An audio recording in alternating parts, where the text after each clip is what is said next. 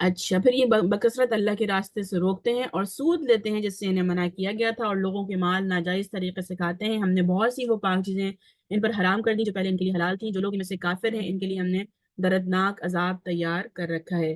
مگر ان میں سے جو لوگ پختہ علم رکھنے والے ہیں، ایماندار ہیں، وہ سب اس تعلیم پر ایمان لاتے ہیں جو تمہاری طرف نازل کی گئی ہے اور تم سے پہلے نازل کی گئی تھی، اس طرح کی ایمان لانے والے اور نماز اور زکوٰۃ کی پابندی کرنے والے اور اللہ اور روز آخرت پر سچے عقیدت رکھنے والوں کو ہم ضرور اجر عظیم عطا فرمائیں گے۔ اور اے محمد صلی اللہ علیہ وسلم، ہم نے تمہاری طرف اس طرح وحی بھیجی ہے جس طرح نوح اور اس کے پیغمبروں کی طرف بھیجی تھی۔ ہم نے ابراہیم، اسماعیل، اسحاق، یعقوب اور اولاد یعقوب، عیسیٰ، ایوب، یونس، ہارون اور سلیمان کی طرف وحی بھیجی تھی، اور ہم نے داؤد کو زبور دی، اور ہم نے ان رسولوں پر بھی وحی نازل کی جن کا ذکر ہم اس سے پہلے تم سے کر چکے ہیں، اور ان رسولوں پر بھی جن کا ذکر تم سے پہلے نہیں کیا تھا، اور ہم نے موسیٰ سے اس طرح گفتگو کی جس طرح گفتگو کی جاتی ہے۔ یہ خاص بات ہے، یہ ہر نبی کے لیے یہ والی بات نہیں ہے، صرف موسیٰ علیہ السلام کے لیے یہ والی بات آئے گی۔ وَقَوْلُ اللَّهُ مُسْتَقِيمًا، جس طرح گفتگو کی جاتی ہے اس طرح صرف موسیٰ گفتگو کی تھی۔ دینے والے، ڈرانے والے بنا کر بھیجے گئے تاکہ ان کو مبعوث کر دینے کے بعد لوگوں کے پاس اللہ کے مقابلے میں کوئی حجت نہ رہے۔ اللہ بہرحال غالب رہنے والا اور حکیم اور دانا ہے۔ اچھا، ایک بات جو میں یہاں پر اچھی طریقے سے کلیئر کرنا چاہوں گی کہ اللہ تعالیٰ نے انسانیت کا رہتی دنیا تک کے لیے جتنی بھی نوع انسانی آئے گی اس کے لیے ہدایت کا پورا اہتمام کیا ہوا ہے اور پوری حجت تمام کی ہے اللہ تعالیٰ نے انسانیت کے اوپر۔ یہاں جو ہم اپنے سامنے ہزاروں لاکھوں مختلف نیشنلٹیز کو دیکھتے ہیں اس وقت، بہت سارے کورین ہیں، جیپنیز ہیں، چائنیز ہیں، ہندو ہیں، جو شکلوں سے بھی چہروں سے بھی پہچان لیے جاتے ہیں کہ کوئی خدا اور اس کے اوپر یقین رکھنے والے نہیں ہیں۔ تو ایسا نہیں ہے کہ اللہ تعالیٰ ان ساروں کے ساروں کو بغیر کسی تعلیم اور ہدایت کے، بغیر ان کو ہدایت پہنچے ہوئے، ان کا امتحان لیے بغیر ہدایت اور پھر امتحان اور اس کے بعد پھر اللہ کی طرف رجوع کو ان کا موقع نہ ملے اور ویسے ہی اللہ تعالیٰ ان کا حساب کتاب کر لے اور ان کے اوپر ظلم کیا جائے، ایسا نہیں ہے۔ اللہ تعالیٰ نے بار بار قرآن کریم میں اپنے رسول جو بھیجے ہیں ان کے ساتھ ساتھ یہ والی بات ضرور بتائیے کہ ہم نے حجت تمام کرنے کا پورا اہتمام کیا ہے۔ سب سے پہلے اللہ تعالیٰ نے جب روحیں دنیا میں بھیجی جا رہی تھی، آپ لوگوں نے پڑھا ہوگا اس سے پہلے جب پڑھ رہے تھے، جب دورہ قرآن شروع کیا ہوگا، اس وقت عہد الست اللہ تعالیٰ نے ہر بلٹ ان سسٹم اللہ تعالیٰ نے ڈیولپ کر دیا، بالکل شروع سے ہی ایک چیز ڈال دی گئی کہ اب جب بھی کبھی جب تم دنیا میں جاؤ گے تو تمہارا رب جو ہے وہ ایک ہی رب ہوگا۔ تو انسان کے اندر جو فطرت کی طرف انسان پلٹنا چاہتا ہے، کچھ اس کے اندر کھلبلی رہتی ہے، وہ چاہتا ہے کہ اپنے رب کی طرف جائے، وہ چاہتا ہے کوئی اس کو خدا ملے جو اس کی سنے، اس کی بات کا جواب دے، اس کو سکون اور پیس عطا کرے۔ یہاں کی چیزوں کے مطابق ہم اس کو سمجھتے ہیں کہ انسان پیس کی طرف جانا چاہتا ہے اور کامنس کی طرف جانا چاہتا ہے، ایسی زندگی کی طرف جانا چاہتا ہے جس میں اس کو سکون ہو، آرام ہو اور اپنے رب سے ملنے والا ہو وہ۔ تو جب انسان یہ والی بات چاہتا ہے تو یہ والا انتظام اللہ نے اس کا عہد الست میں پہلے ہی کر دیا تھا۔ اس کے بعد اللہ تعالیٰ نے رسول بھیجے اور ان کے ساتھ کتابیں بھیجی، صحیفے بھیجے، جس کے لیے انسان کی ہدایت کا پورا انتظام تھا۔ اور رسولوں نے بار بار بار بار کہہ کے اپنے زمانے کی جتنی قومیں تھیں پڑھتے جائیں گے، قوموں کے بارے میں آتا جائے گا، کوئی رسول بھی حجت تمام کیے بغیر اپنی قوم کو چھوڑ کے نہیں گیا، سوائے حضرت یونس علیہ السلام کی، جن کا ہمیں ملتا ہے کہ اللہ تعالیٰ نے وہاں پر اپنا قانون تبدیل کیا تھا۔ اچھا، تو اس کے بعد اللہ تعالیٰ نے ہر ایک کو، جتنے بھی انسان دنیا میں آئیں گے، اللہ تعالیٰ نے ان کی ہدایت کا انتظام کیا۔ اور اب جو قرآن کریم ہمارے پاس ہے اور اللہ کے نبی صلی اللہ علیہ وسلم کی دی ہوئی تعلیمات، شریعت ہمارے پاس ہے، اور لوگوں کو اس چیز کا نالج کے ساتھ، ٹیکنالوجی کے ساتھ ہر ایک کو پورا انتظام دیا گیا ہے کہ وہ چاہے تو اپنے رب کے بارے میں معلوم کرنے کی کوشش کر سکتا ہے۔ اس طرح اللہ تعالیٰ نے ہر انسان کو دنیا میں، جب تک نبی کی شریعت زندہ رہے گی، جب تک یہ تعلیمات زندہ رہیں گی، ہر ایک کی تعلیم کا انتظام، ہدایت کا انتظام اس وقت تک زندہ رہے گا۔ اس کے اوپر اللہ تعالیٰ نے حجت تمام کر دے گا کہ وہ انسان ایمان کی طرف آتا ہے یا نہیں آتا، اپنے رب کی طرف آتا ہے یا نہیں آتا، اور یہ تعلیمات کے اوپر ایمان لے کر آتا ہے یا نہیں آتا۔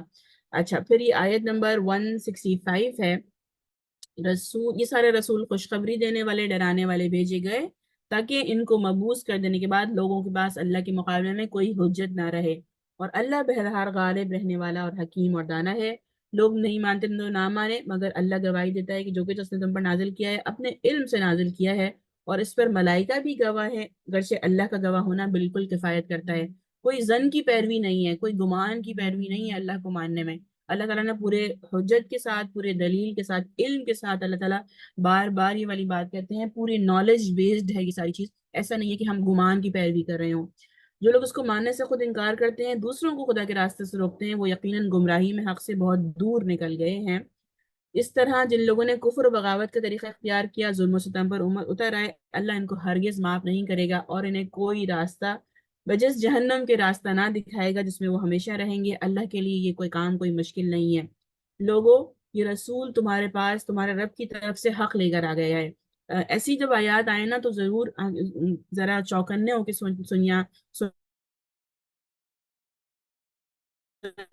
سنا کریں اور سوچا کریں کہ نے فرمایا یا ایوہ الناس قد جاءکم الرسول بالحق۔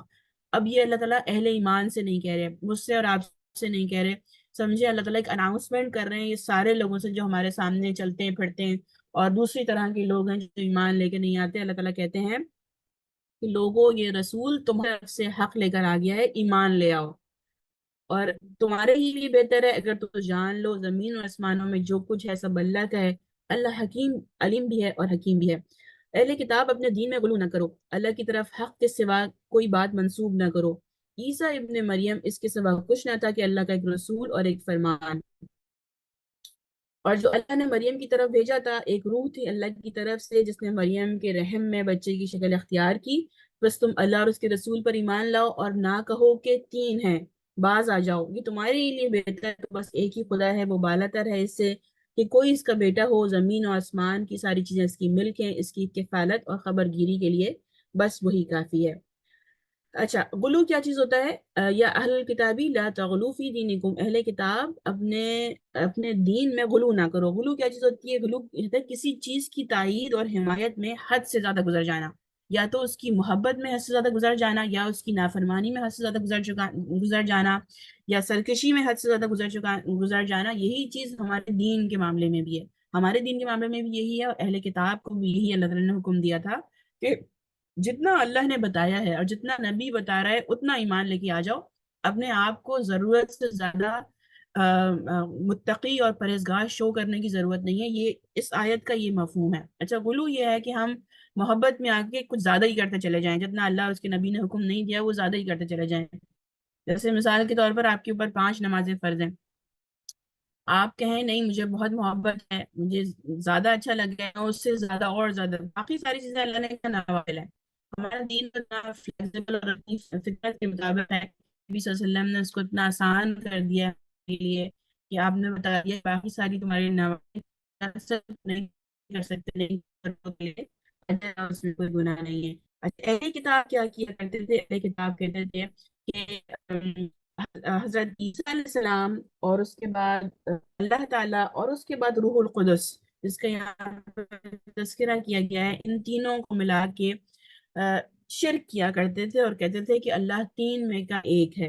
اللہ تعالیٰ فرماتے ہیں کہ یہ ایک شریک ایک بنائے۔ اس سے پہلے ہم قرآن کریم میں پڑھتے ہیں جس میں اللہ تعالیٰ نے بتایا ہے کہ دو خدا نہ بنا لو، یعنی تم اگر اللہ کے ساتھ ایک بناؤ، یا ایک دوسرا لے آؤ، یا دو لے آؤ، یا تم 1000 لے آؤ یا 300 لے آؤ، بات ایک ہی ہے۔ شریک نہیں کرنا اللہ کے ساتھ، کسی ایک کو بھی شریک نہیں کرنا۔ اور اس کے بعد جب عیسائیوں نے یہ کہہ دیا کہ ہم اللہ پہ بھی یقین رکھتے ہیں اور اس کے بعد ہم مزید دو کو اور ایڈیشن بنا لیتے ہیں، یعنی وہ تثلیث کے اوپر یقین رکھتے ہیں، وہ ٹرینٹی کے اوپر یقین رکھتے ہیں کہ اللہ تین میں کا ایک ہے۔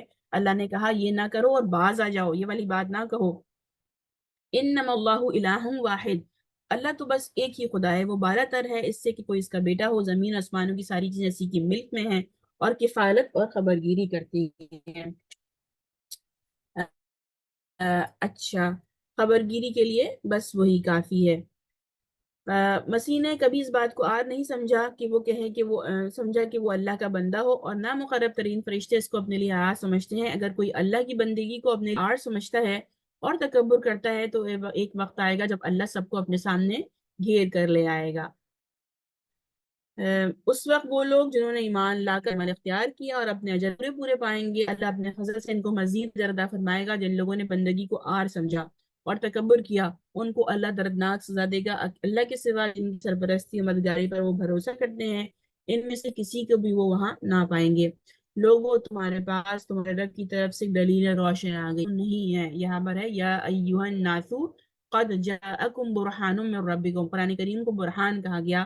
تمہارے پاس دلیل روشن آ گئی ہے، اور ہم نے تمہاری طرف ایسی روشنی بھیجی ہے جو تمہیں صاف صاف روشنی دکھائی دینے والی ہے۔ اچھا، نور و مبینہ، صاف اور واضح، جیسے سورج نکلتا ہے تو چاہے ہم لاکھ پردے ڈال لیں اپنے گھروں میں، ہمیں خود بھی معلوم ہوتا ہے اور ہمیں احساس ہوتا ہے اس چیز کا کہ دن اس وقت موجود ہے، اور وہ سورج جو ہے وہ اپنی پوری تمازت کے ساتھ باہر روشن ہوتا ہے۔ اس کی جتنے کام ہیں سارے سورج کے ساتھ ساتھ جتنے ہم دیکھتے ہیں، ساری چرند پرند کا سارا صبح کے وقت اٹھنا اور شام کے وقت اپنے گھروں میں جانا اور دنیا کا پورا کاروبار نمایاں ہونا، اسی طریقے سے یہ لوگ چاہے مانے نہ مانے، قرآن کریم جو ہے وہ روشن نشانی ہے، نور و مبینہ۔ اللہ تعالیٰ نے کو فرمایا کہ یہ ان کے لیے حجت بھیجی گئی ہے، دلیل روشن ہے اور صاف صاف راستہ دکھانے والی ہے۔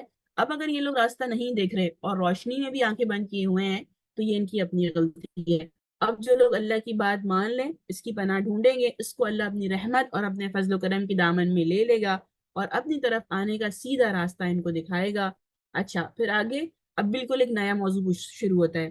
لوگ تم سے سوال کرتے ہیں، یستفتونک، تم کلالہ کے بارے میں فتویٰ پوچھتے ہیں۔ اچھا، اب لوگ قرآن کریم میں پڑھیں گے، بار بار اس طرح سے سوال آتا ہے، یسألونک، وہ تم سے سوال کرتے ہیں، تم سے پوچھتے ہیں۔ اللہ کے نبی صلی اللہ علیہ وسلم سے یہ جو مشرک تھے اور جو منافقین تھے، وہ اللہ کے نبی صلی اللہ علیہ وسلم حق پر ہیں بھی یا نہیں ہیں، اور ان کے پاس تعلیمات ہیں بھی یا نہیں ہیں، وہ کہاں سے لے کر آتے ہیں، کوئی من گھڑت کہانی تو نہیں سنا دیتے جو ہمارے اپنے پرانے صحیفوں میں موجود ہے۔ وہ بار بار اللہ کے نبی صلی اللہ علیہ وسلم کو نا ٹرائل دیتے تھے، آپ کو بار بار ٹیسٹ کرتے تھے، اس کے بارے میں کیا بتاتا ہے، یہ اس کے بارے میں کیا کہتا ہے، جس کے بارے میں ہمارے پرانے صحیفے یہ کہتے ہیں، اور اللہ تعالیٰ اللہ کے نبی صلی اللہ علیہ وسلم کو اپنی آیات اور اپنی وحی بھیج کے سرخرو فرمایا کرتے تھے۔ اچھا، اب یہاں سے پوچھتے ہیں، لوگ تم سے کلالہ کے بارے میں فتویٰ پوچھتے ہیں، کہو اللہ تمہیں فتویٰ دیتا ہے۔ قل اللہ یفتیکم فی الکلالہ، کلالہ کیا ہوتا ہے؟ کلالہ یہ ہوتا ہے کہ کوئی شخص جو ہو لاولد ہو، جس کی اولاد بھی نہ ہو اور جس کے باپ دادا بھی نہ ہو، ٹھیک ہے، جس کی اولاد بھی نہ ہو اور جس کے باپ دادا بھی نہ ہو، اس کے ساتھ جو معاملہ کیا جاتا ہے اس کو کلالہ کہا جاتا ہے۔ کہو اللہ تمہیں فتویٰ دیتا ہے، کوئی شخص بے اولاد مر جائے، اس کی ایک بہن ہو تو اس کے ترکے میں نصف پائے گی، اور اگر ایک بہن بے اولاد مرے تو بھائی اس کا وارث ہوگا۔ اگر میت کی وارث دو بہنیں ہوں تو وہ ترکے میں 2/3 کی حصے حقدار ہوں گی، اور اگر کئی بہنیں ہوں تو عورتوں کا 11 اور مردوں کا دوہرا حصہ ہوگا۔ اللہ تمہارے لیے یہ کام کی توضیح کرتا ہے تاکہ تم بھٹکتے نہ پڑو، اللہ ہر چیز کا علم رکھنے والا ہے۔ ٹھیک ہے، اچھا، یہ ہم کا یہ جو اسلوب ہے نا، کہ ابھی ہمارا ذہن بالکل ایک دوسری طرف تھا، ہم بالکل ایک مختلف موضوع کو پڑھ رہے تھے، حضرت عیسیٰ علیہ السلام کا تذکرہ آ رہا تھا، اللہ تعالیٰ نے ان کے بارے میں بتایا ایسا ہے ایسا نہیں ہے، یہ لوگ غلط سمجھتے ہیں ساری بات۔ اس کے بعد ایک بالکل سمجھیں بالکل پلٹ گیا ٹیبل جو ہے وہ بالکل پلٹ گئی، پہلے بات کس طرف تھی اور بات کس طرف ہو گئی۔ اس کا اللہ تعالیٰ نے قرآن کریم کا اسلوب ہے، یہ اسلوب یہ ہوتا ہے کہ طریقہ کار قرآن کا یہ ہے کہ وہ میرے اور آپ کے ذہن کو جگا کے رکھنے کے لیے اور ہماری نفسیات سے اس کو ہم آہنگ کرنے کے لیے مختلف موضوعات آتے جاتے ہیں۔ اب یہ والا اگر ٹاپک پہلے ہی چلتا جاتا تو ہم اس کے ساتھ رواں چلتے، لیکن یہاں پر اللہ تعالیٰ نے بالکل ہی ایک مختلف ٹاپک لے کر آ کے میرے اور آپ کے سوتے ہوئے ذہنوں کو ایک دم چونکا دیا، اور ہمیں بتایا کہ یہاں پر وصیت کے بارے میں، یعنی جو وارث ہوگا اس کے بارے میں احکام جو قرآن کریم میں پہلے بھی دیے گئے ہیں، آگے بھی بیچ بیچ میں آتے رہیں گے، اس کے بارے میں ایک چھوٹا سا سمجھے ایک پیراگراف مختلف قسم کا یہاں پر آ گیا ہے۔ اچھا، اس کی ہم تفصیلات میں، وراثت کی تفصیلات میں ہم لوگ اس وقت نہیں جائیں گے، ٹھیک ہے، آگے بڑھتے ہیں۔ آگے لگائیے گا، سورہ النساء ہماری اگلی سورہ شروع ہو رہی ہے میرا خیال ہے، ایک منٹ۔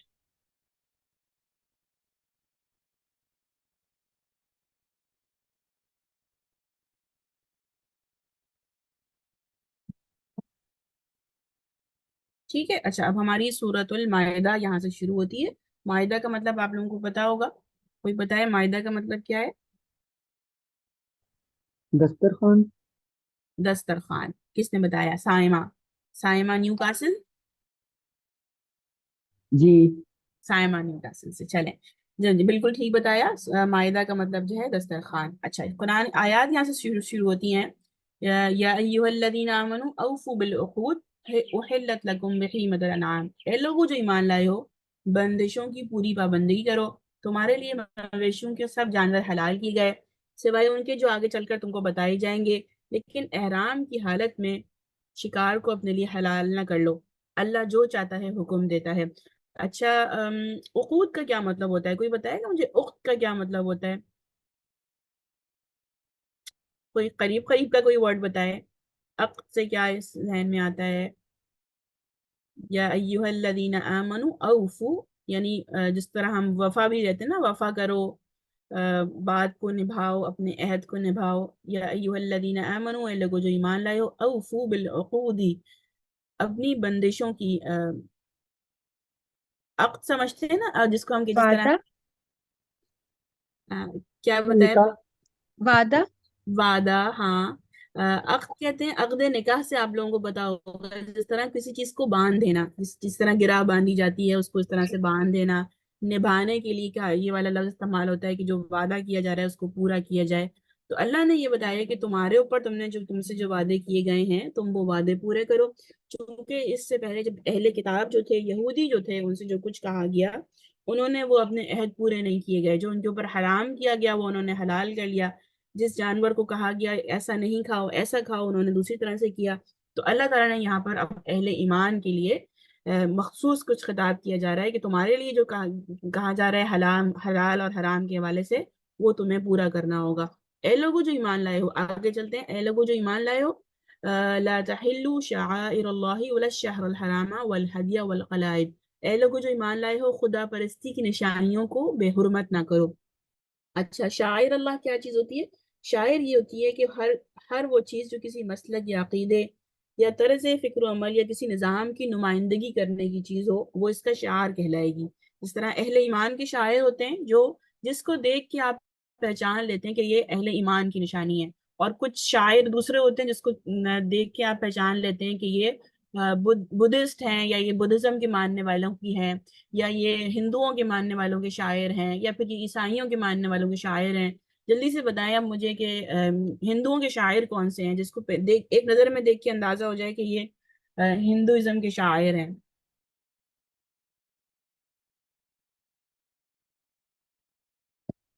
کوئی بتائے گا؟